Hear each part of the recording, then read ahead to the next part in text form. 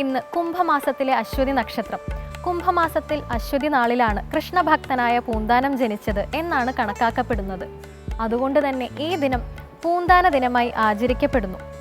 പൂന്താനം നമ്പൂതിരിയും ഗുരുവായൂർ ഉണ്ണിക്കണ്ണനുമായി ബന്ധപ്പെട്ട നിരവധി ഐതിഹ്യങ്ങൾ നിലവിലുണ്ട്. വളരെ നാൾ കാത്തിരുന്നു ജനിച്ച മകൻ മരണപ്പെട്ടതോടെയാണ് അദ്ദേഹം ഗുരുവായൂരിലെത്തി ഭക്തി മാർഗത്തിലുള്ള ജീവിതം ആരംഭിക്കുന്നത്. അതുകൊണ്ട് തന്നെ ഭക്തിയും സ്നേഹവും കലർന്നൊരു ഭാവമാണ് പൂന്താനത്തിന് കണ്ണനോട്.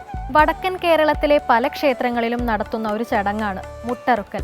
വിദ്യാ തടസ്സം, വിവാഹ തടസ്സം, തൊഴിൽ തടസ്സം മുതലായവ മാറ്റാൻ നടത്തുന്ന ഒരു വഴിപാടാണിത്.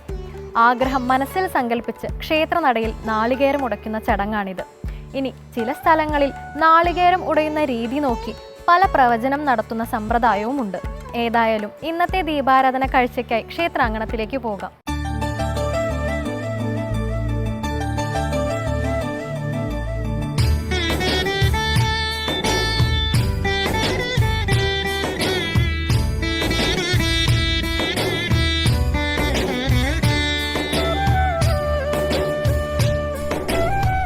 കേരളത്തിലെ പ്രസിദ്ധങ്ങളായ ശ്രീകൃഷ്ണസ്വാമി ക്ഷേത്രങ്ങളിലൊന്നാണ് മലയൻകീഴ് ശ്രീകൃഷ്ണസ്വാമി ക്ഷേത്രം. മലയൻകീഴിൻ്റെ ദേശപ്പെരുമ ക്ഷേത്രവുമായി ബന്ധപ്പെട്ടിരിക്കുന്നു.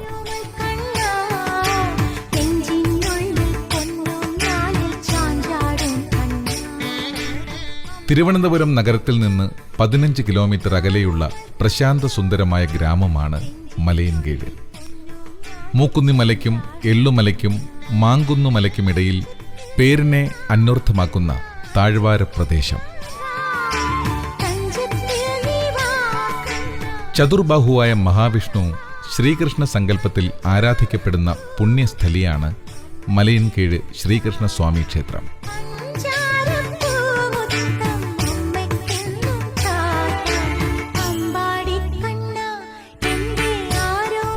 ഗണപതി, ശിവൻ, ശാസ്താവ്, ഭൂതത്താൻ, നാഗദൈവങ്ങൾ, ബ്രഹ്മരക്ഷസ്, യക്ഷി തുടങ്ങിയ ഉപദേവതകളും ക്ഷേത്രത്തിന് ചൈതന്യം പകരുന്നു. 2 മഹാത്മാക്കളുടെ സാന്നിധ്യം കൊണ്ടും പ്രസിദ്ധമാണ് ഈ ക്ഷേത്രഭൂമി.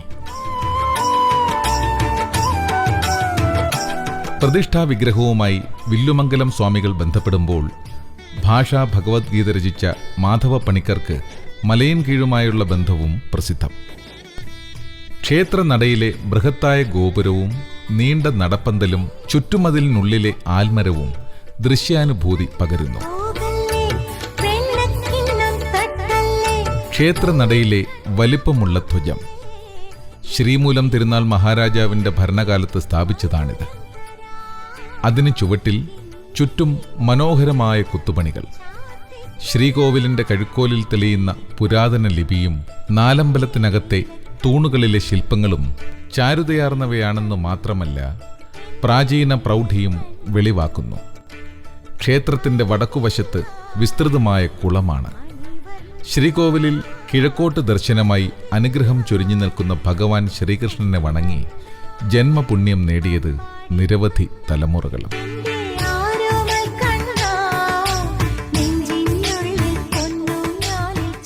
പീതാംബരധാരിയായ മൗലിയിൽ മയിൽപീലി ചാർത്തിയ വേണുഗോപാലനായ കണ്ണൻ ഈ ക്ഷേത്രത്തിൽ അനന്ത ചൈതന്യമായി 1000 ഹൃദയങ്ങൾക്ക് ആശ്വാസമേകുന്നു. കദളിപ്പഴവും പാൽപ്പായസവും ഉണ്ണിയപ്പവും ഭഗവാന് പ്രധാന നിവേദ്യങ്ങൾ.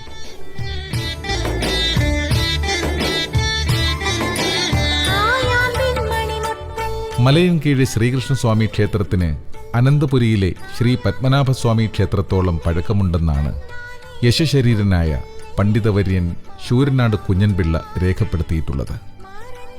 ഐതിഹ്യങ്ങളും വായ്മൊഴി കഥകളും കൊണ്ട് ക്ഷേത്രപ്പഴമ പ്രസിദ്ധം.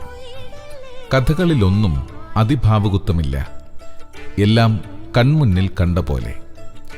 തലമുറകൾ പറഞ്ഞു പോകുന്ന ഈശ്വര ചൈതന്യമുള്ള കഥകൾ.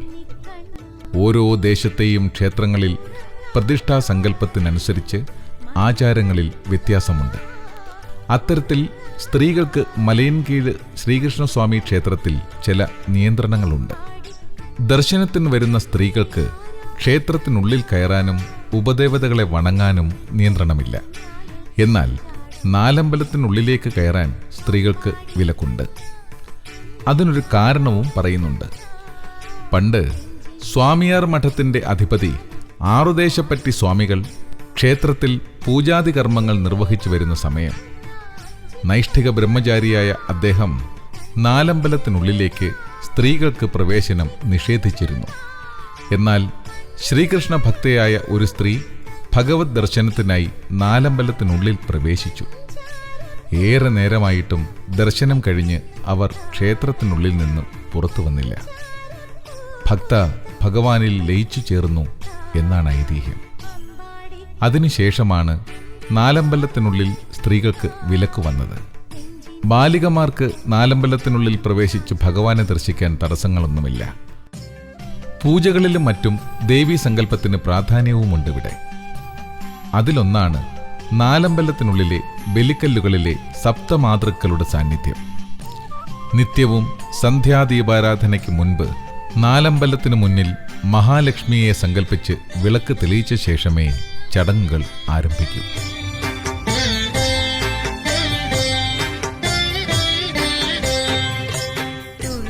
മതിലകം രേഖകൾ ഉൾപ്പെടെയുള്ളവയിൽ മലയൻകീഴ് ശ്രീകൃഷ്ണസ്വാമി ക്ഷേത്രത്തെക്കുറിച്ച് പറയുന്നുണ്ട്.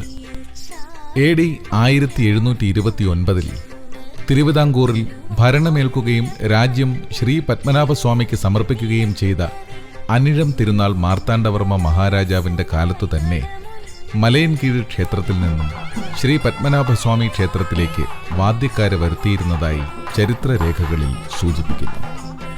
മലയൻകീഴ് ശ്രീകൃഷ്ണസ്വാമി ക്ഷേത്രത്തെ പ്രശസ്തമാക്കിയതിനു പിന്നിൽ കുട്ടിക്കുഞ്ഞു തങ്കച്ചിയുടെ കവിതകൾക്കും പ്രധാന പങ്കുണ്ട്. ഭഗവാനെക്കുറിച്ചുള്ള അവരുടെ കവിതകൾ മുമ്പ് അനന്തപുര നിവാസികൾ ഭക്തിയോടെ ചൊല്ലിയിരുന്നു.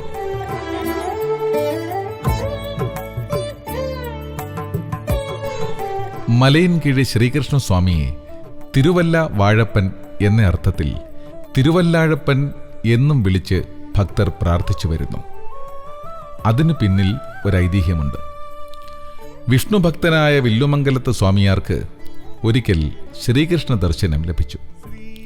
ദ്വാരകയിൽ സാത്യകി പൂജിച്ചിരുന്ന ശ്രീകൃഷ്ണ വിഗ്രഹം ജലത്തിൽ മുങ്ങിക്കിടക്കുന്നുണ്ടെന്നും അതെടുത്ത് യഥാവിധി പ്രതിഷ്ഠിക്കണമെന്നും സ്വാമിയാരോട് ശ്രീകൃഷ്ണൻ നിർദ്ദേശിക്കുന്നതായിരുന്നു സ്വപ്നം.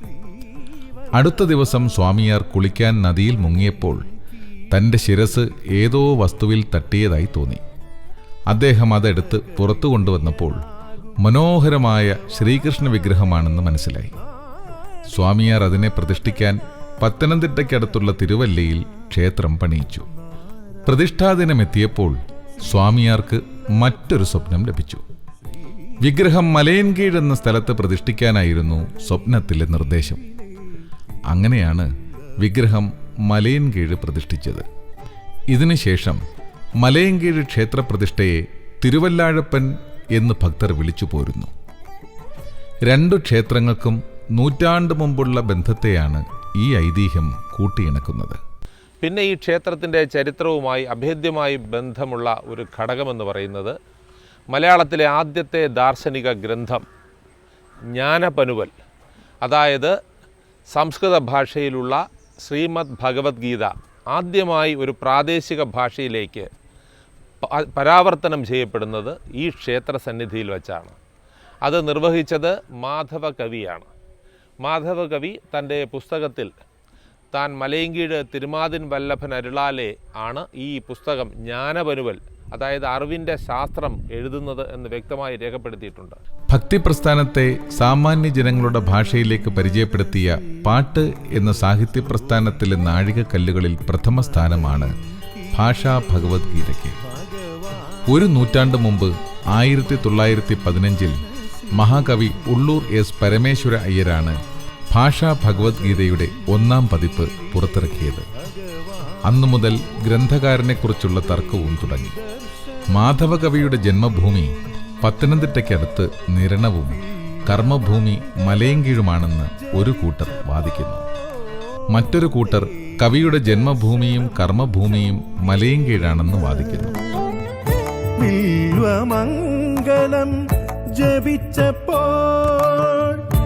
ചിങ്ങമാസത്തിലെ തിരുവോണം, വിഷു, അഷ്ടമി രോഹിണി, മകരം 1, മിഥുനം 1 എന്നിവ മലയൻകീഴ് ശ്രീകൃഷ്ണസ്വാമി ക്ഷേത്രത്തിലെ വിശേഷ ദിവസങ്ങളാണ്. മീനമാസത്തിലാണ് പ്രസിദ്ധമായ മലയൻകീഴ് ഉത്സവം. ക്ഷേത്രത്തിൽ നിന്ന് 2 കിലോമീറ്റർ അകലെയുള്ള കുഴയ്ക്കാട് ദേവീക്ഷേത്രത്തിന് സമീപമുള്ള തോട്ടിലാണ് ആറാട്ട്. അനവധി ആനകളുടെയും പഞ്ചവാദ്യമേളങ്ങളുടെയും അകമ്പടിയോടെയാണ് ആറാട്ട് ഘോഷയാത്ര. ഭക്തിനിർഭരമായ ഈ ചടങ്ങിന് പിന്നിലും ഒരു ഐതിഹ്യമുണ്ട്. ശ്രീകൃഷ്ണൻ വിവാഹത്തിനാഗ്രഹിച്ചാണ് കുഴയ്ക്കാട് ദേവീക്ഷേത്രത്തിലേക്ക് പോകുന്നതെന്നും ആഗ്രഹം സഫലമാകാതെയാണ് മടങ്ങുന്നതെന്നും കഥ. തിരിച്ചെത്തുമ്പോഴേക്കും നേരം പുലർന്നിരിക്കും. തിരിച്ചുള്ള യാത്ര കാണാനും ഭക്തജനങ്ങൾ നിറപറയൊരുക്കി ഭഗവാനെ കാത്തു നിൽക്കുന്നുണ്ടാകും.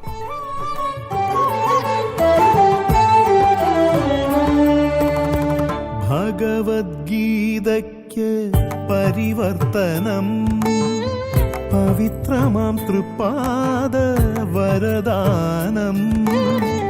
ഭഗവദ്ഗീതയ്ക്ക് പരിവർത്തനം, പവിത്രമാം തൃപാദ വരദാനം.